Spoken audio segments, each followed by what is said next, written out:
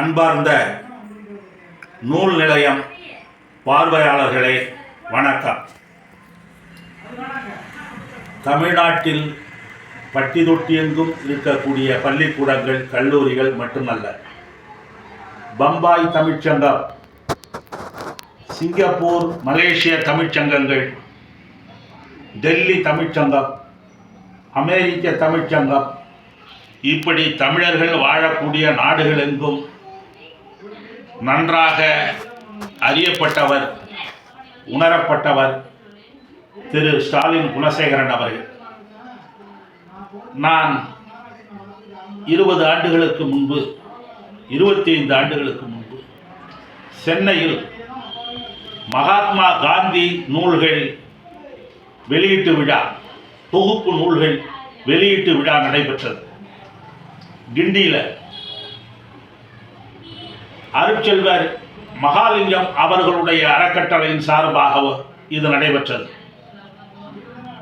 அந்த கருத்தரங்கத்தில் குமரி அனந்தன் அவர்களுடைய பேச்சை கேட்பதற்காகவும், தா பாண்டியன் அவர்களுடைய உரையை கேட்பதற்காகவும், ஔவை நடராஜன் அவர்களுடைய உரையை கேட்பதற்காகவும் சென்றேன். காலேஜை கட்டடிச்சுட்டு சினிமாவுக்கு போகிற மாதிரி நான் பணியாற்றிய பத்திரிகையில் கட்டடிச்சுட்டு போனேன். அவர்கள் நாள் முழுவதும் நடத்தினார்கள். காலையில் ஆரம்பித்து இரவு வரை நடத்தினார்கள். மதிய உணவு வழங்கப்பட்டது. ஆளுக்கு ஒரு சின்ன புத்தகமும் 2 பேனாக்களும் கொடுத்தார்கள் குறிப்பெடுப்பதற்காக. என்னத்தான் குறிப்பு எடுக்கிறது, ஏதாவது நம்ம கவிதை எழுதுறதுக்கு வச்சுக்கலாம், இல்லைன்னா வேற ஏதாவது கதை எழுத வச்சுக்கலாம்னு நான் வாங்கி வச்சுக்கிட்டேன். நான் கேட்க போனது தா பாண்டியனுடைய பேச்சையும் ஔவை நடராஜன் பேச்சையும் தான். அப்புறம் வேறு யாரோ சில அறிஞர்கள் பேராசிரியர்கள் பேசினார்கள். ஆகவே நான் அரை தூக்கத்தில் இருந்தேன், மயக்கத்தில் இருந்தேன். நாற்காலியில் பின்புறமாக சாய்ந்து கொண்டு இப்படி கையை வச்சுக்கிட்டு அப்படியே இருந்தேன். முன்னாடி இருக்கிற சேர்ல தூக்கி போட்டுட்டு உட்கார்ந்துருந்தேன். எனக்கு பொதுவாக அந்த பழைய தலைமுறை பேச்சாளர்கள், அவர்கள் மீது இருக்கக்கூடிய ஈர்ப்பும் பற்றும் அதற்கு அடுத்த தலைமுறையின் மீது அவ்வளவாக இல்லாமல் இருந்தது. ஏனென்றால் இவர்கள் பட்டிமன்றம் பேசக்கூடியவர்கள், தலைவரை துதிபாடுவார்கள், எதிர்கட்சி தலைவரை தாக்குவார்கள், இல்லை என்றால் பட்டிமன்றம் பேசுவார்கள். ஆகவே அவர்களுடைய பேச்சில் எனக்கு சாரம் இருக்காது. ஆகவே அதை நான் பெரிதாக எடுத்துக்கொள்வதில்லை. தொலைக்காட்சிகளில் பட்டிமன்றங்களோ அரட்டை அரங்கங்களோ நான் அதிகமாக பார்ப்பதில்லை. அப்படிப்பட்ட துக்கடாக்களில் ஒருவர்தான் என்று நினைத்து கொண்டு நான் அலட்சியமாக உட்கார்ந்திருந்தேன். ஸ்டாலின் குணசேகரன் பேச ஆரம்பித்தார். மிக மெதுவாக, மிக சன்னமாக தன்னுடைய பேச்சை ஆரம்பித்தார். நான் பொதுவாக இந்த நிலைப்பாட்டில் இருப்பதால் அதற்கு அடுத்த தலைமுறை பேச்சாளர்களின் பேச்சை நான் பெரிதாக எடுத்துக்கொள்வதில்லை. ஆனால் அவர் போக போக போக ஒரு 10 நிமிடம் ஆனது. நான் கொஞ்சம் நிமிர்ந்து உட்கார்ந்தேன். 25 நிமிடமானது. நான் நிமிர்ந்து உட்கார்ந்தேன். அப்படியே கொஞ்சம் கொஞ்சம் கொஞ்சமாக ஒரு சங்கீத கச்சேரியில் ஆலாபனை நடத்துவதை போல ஆரம்பத்தில் மிக மெதுவாக ஆரம்பித்த அவர் போக போக போக 8 கட்டைக்கு போவார்களே, அதை போல நெருப்பு பொறி பறக்க ஆரம்பித்தது. அந்த கிரிப்பு கிடைச்சது. 40 நிமிடங்கள், 45 நிமிடங்கள் ஆன பொழுது கச்சேரி உச்சகட்டத்தை அடைந்தது. களத்திலே குண்டூசி போட்டால் கூட சத்தம் கேட்கும், அவ்வளவு அமைதி. நெருப்பு பொறி பறந்து கொண்டிருந்தது, அனல் வீசிக் கொண்டிருந்தது. அவர் பேச்சை முடிக்கும் பொழுது, 1 மணி நேரம் கழித்து அவர் பேச்சை முடிக்கும் பொழுது நான் நாற்காலியின் நுனியில் உட்கார்ந்திருந்தேன். ஒரு கிரைம் த்ரில்லரை பார்ப்பதை போல வரலாறு என்று சொன்னாலே தூக்கம் வரும், அலுப்பாக இருக்கும், சலிப்பாக இருக்கும். ஆனால் மகாத்மா காந்தியின் கதை என்றால் இன்னும் கொஞ்சம் அலுப்பு, சலிப்பு, கொட்டாவி. ஆனால் அதை கூட ஒரு சுவாரஸ்யமான திரைப்படம் போல பேச முடியுமா? ஒரு கிரைம் த்ரில்லரை போல பேச முடியுமா என்று எனக்கு ஆச்சரியம். யார் இந்த அடுத்த தலைமுறை மனிதர் என்று எனக்கு ஆச்சரியமாக இருந்தது. 90க்கு பிறகு 1990க்கு பிறகு 2000க்கு பிறகு கூட்டம் நடத்துகிற கலாச்சாரமே குறைந்துவிட்ட காலகட்டத்தில், தனியார் தொலைக்காட்சிகளும் சமூக ஊடகங்களும் வந்த காலகட்டத்தில் ஒருவர் பேச்சாளராக இருக்க வேண்டும் என்றால் அது மிகப்பெரிய சாகச வித்தை. காற்றிலே நடப்பதை போல, கடலிலே தண்ணீரில் நடப்பதை போல ஒரு சித்து விளையாட்டு, சாகச வித்தை. அதை நிகழ்த்தி காட்டியவர் ஸ்டாலின் குணசேகரன். பிறகு என்னுடைய ஊரில் வந்து என்னுடைய தந்தையார் நோய்வாய்ப்பட்டு வயதான காலத்தில் நோய்வாய்ப்பட்டு இருந்தார்.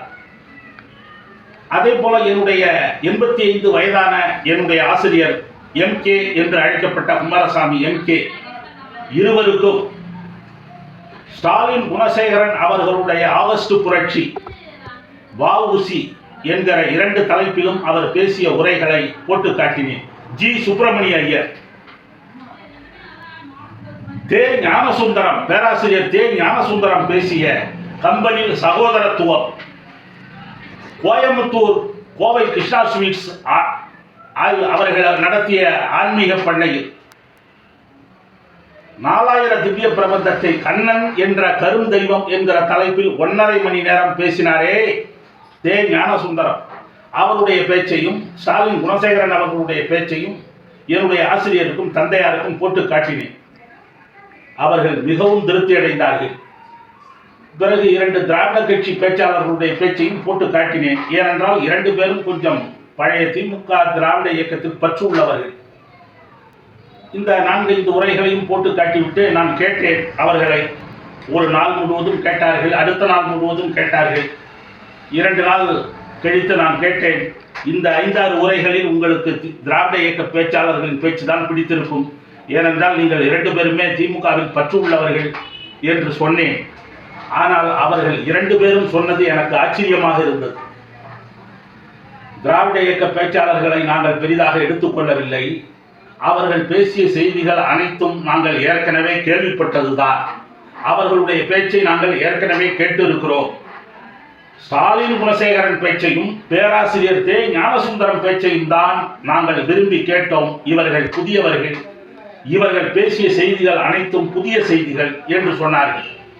பிறகு 2 பேரையும் அழைத்து வர வேண்டும் என்று முயற்சி செய்து செந்துறை தமிழ்ச்சங்கத்தை தொடங்கி அவர்கள் 2 பேரையும் பேச அழைத்தோம். வள்ளுவன் தன்னை உலகினுக்கே என்ற தலைப்பில் 1.25 மணி நேரம் பேராசிரியர் ஞானசுந்தரம் பேசினார். கூட்டம், அதற்கு முன்பு சட்டமன்ற உறுப்பினர் சிவசங்கர் பேசினார், ஒன்றிய செயலாளர் ஞானமூர்த்தி பேசினார். இப்படி பல பேர் பேசின, என்னுடைய ஆசிரியர்கள் சிலர் பேசினார்கள். இப்படி கூட்டம் 4 மணி நேரமாக நடந்து கொண்டிருக்கிறது. இரவு 9:30 மணிக்கு பேச ஆரம்பித்தார் ஸ்டாலின் குணசேகரன். 4 மணி நேரம் 5 மணி நேரமாக கூட்டம் நடக்கிறது. ஆகவே பார்வையாளர்கள் சோர்வடைந்து விடுவார்கள், இரவு மணி 9:30 ஆகிவிட்டது என்று நினைத்தோம். ஆனால் கூட்டம் அவ்வளவு சுவாரஸ்யமாக, அவ்வளவு ஆர்வமாக, ஈடுபாட்டோடு இருந்தது. அந்த ஆர்வத்தையும் ஈடுபாட்டையும் பார்த்த ஸ்டாலின் குணசேகரன் அவர்கள் 1.5 மணி நேரம் பேசினார். விடுதலை வேள்வியில் தமிழகம் என்கிற தலைப்பில் 1.5 மணி நேரம். அடிச்சால் என்ன, அங்க இருக்கிற நாற்காலி பெஞ்செல்லாம் பறக்கும், அப்படியே கட்டடமே வெடித்து சிதறும். அந்த கூட்டத்தில் என்னுடைய ஆசிரியர் ஜெயராமன் என்று ஒருவர் இருந்தார். அவர் கடைசி வரிசையில் உட்கார்ந்து கேட்டுக்கொண்டிருந்தார். அவர் சொன்னார், அடுத்த நாள் ஒரு 10 வைகோ ஒன்னா சேர்ந்தா எப்படி இருக்குமோ அந்த மாதிரி இருந்ததுப்பா, அடாடாடாடாடா, என்ன பேச்சு என்ன பேச்சு அப்படின்னு. அந்த மாதிரி பெரம்பலூர்ல இந்தியாவும் இளைஞர்களும் பேசினார். ரத்தம் தெரிக்கக்கூடிய பேச்சு. அவர் மேடையில் தான் பேச்சாளர், மேடைக்கு கீழே மிகச்சிறந்த செயலாளர், களப்பணியாளர், ஒருங்கிணைப்பாளர். நான் என்னை ஒரு பேச்சாளர், எழுத்தாளர் என்று சொல்லுவதை விட நான் ஒரு செயலாளர், நான் ஒரு களப்பணியாளர், நான் ஒரு ஒருங்கிணைப்பாளர் என்று சொல்லுவதைத்தான் பெருமையாக கருதுகிறேன் என்று சொல்லுவார். அப்படி நிறைய கதைகள் இருந்தாலும் நான் என்னுடைய ஒவ்வொரு புத்தகத்தை பற்றியும் அவரிடம் சொல்லுவேன். தமிழ்காற்றின் உயிரோசை என்று அவரை பற்றி எழுதினேன். எம்ஜிஆரை பற்றி ராமச்சந்திர ரகசியம் என்று எழுதினேன். இப்படி ஒரு நாவல் எழுதினேன். ஒவ்வொன்றை பற்றியும் அவரிடம் அரை மணி நேரம் 1 மணி நேரம் சொல்லுவேன். அதை போல என்னுடைய வாழ்க்கையை பற்றியும் அரை மணி நேரம் 1 மணி நேரம் பேசுவேன். எல்லாவற்றையும் பொறுமையாக கேட்பார். ஒரு அகழ்வாராய்ச்சி நிபுணருக்கு எவ்வளவு பொறுமை இருக்குமோ, ஒரு கிரிமினல் வழக்கறிஞருக்கு, ஒரு குற்றவாளியை கண்டுபிடிக்கக்கூடிய துப்பறியும் நிபுணருக்கு, ஒரு வழக்கறிஞருக்கு எவ்வளவு பொறுமையும் சகிப்புத்தன்மையும் இருக்குமோ அந்த அளவுக்கு இருக்கும். அதையெல்லாம் அவர் கடைபிடிப்பார். அப்படி எம்ஜிஆர் எழுத்தும் பேச்சும் நான் தொகுத்த வரலாற்றை 1 மணி நேரம் அவரிடம் விளக்கி பேசினேன். பிறகு உங்களுடைய பேட்டி எடுத்து புத்தகமாக எழுத வேண்டும் என்று சொன்னேன். அதற்கு நீங்கள் மிக மிக பொருத்தமானவர் என்று சொன்னார். ஏனென்றால் நிறைய கூட்டங்களுக்கு என்னோடு வந்திருக்கிறீர்கள், பழகி இருக்கிறீர்கள். இதற்கு மிக மிக பொருத்தமானவர் என்று சொன்னார். அந்த புத்தகத்திற்காக கிட்டத்தட்ட 7-8 மாதங்கள் நாங்கள் உழைத்தோம். அதற்கு அவர் ஒத்துழைப்பு நல்கினார். அதற்கு பழ நெடுமாறன் அவர்கள் அணிந்துரை வழங்கினார். இதுதான் மணிமகுடம், இதுதான் சிறப்பிலும் சிறப்பு. பிறகு அவரை பற்றியும் அவருடைய அனுபவங்களை பற்றியும், தமிழ்நாட்டில் இருக்கக்கூடிய பேச்சாளர்களை பற்றி, நீங்களும் பேச்சாளராக வேண்டுமா என்கிற தலைப்பில் எத்தனையோ புத்தகங்கள் வந்திருக்கிறது.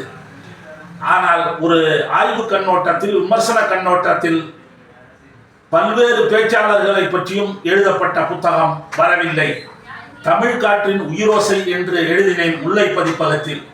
அதற்கு திருச்சி பாரதிதாசன் பல்கலைக்கழக துணைவேந்தர் தமிழ்துறை தலைவர் பேராசிரியர் ப. மதிவாணன் அணிந்துரை வழங்கினார். ஒரு ஸ்டாலின் குணசேகரனை பற்றிய ஒரு புத்தகத்திற்கு பழநெடுமாறன் அணிந்துரை, இன்னொரு புத்தகத்திற்கு பேராசிரியர் ப. மதிவாணன் அணிந்துரை. அவருடைய சொற்பொழிவுகளை தொகுத்து எழுதினேன். அதற்கு கவிஞர் மு. மேத்தா அணிந்துரை. இதைவிட வாழ்க்கையில் என்ன பேறு வேண்டும், இதைவிட என்ன வாய்ப்பு வேண்டும், வரம் வேண்டும்? அந்த அற்புதமான புத்தகங்களை, அவருடைய வாழ்க்கையை பற்றி தெரிந்து கொள்ள வேண்டும் என்றால் ஓரளவுக்கு தமிழ்காற்றின் உயிரோசை, ஸ்டாலின் குணசேகரன் நேர்காணல்கள் 2 நூல்களையும், தமிழ் கூறு நல்லுலகம் படிக்க வேண்டும். வாழ்க ஸ்டாலின் குணசேகரன்.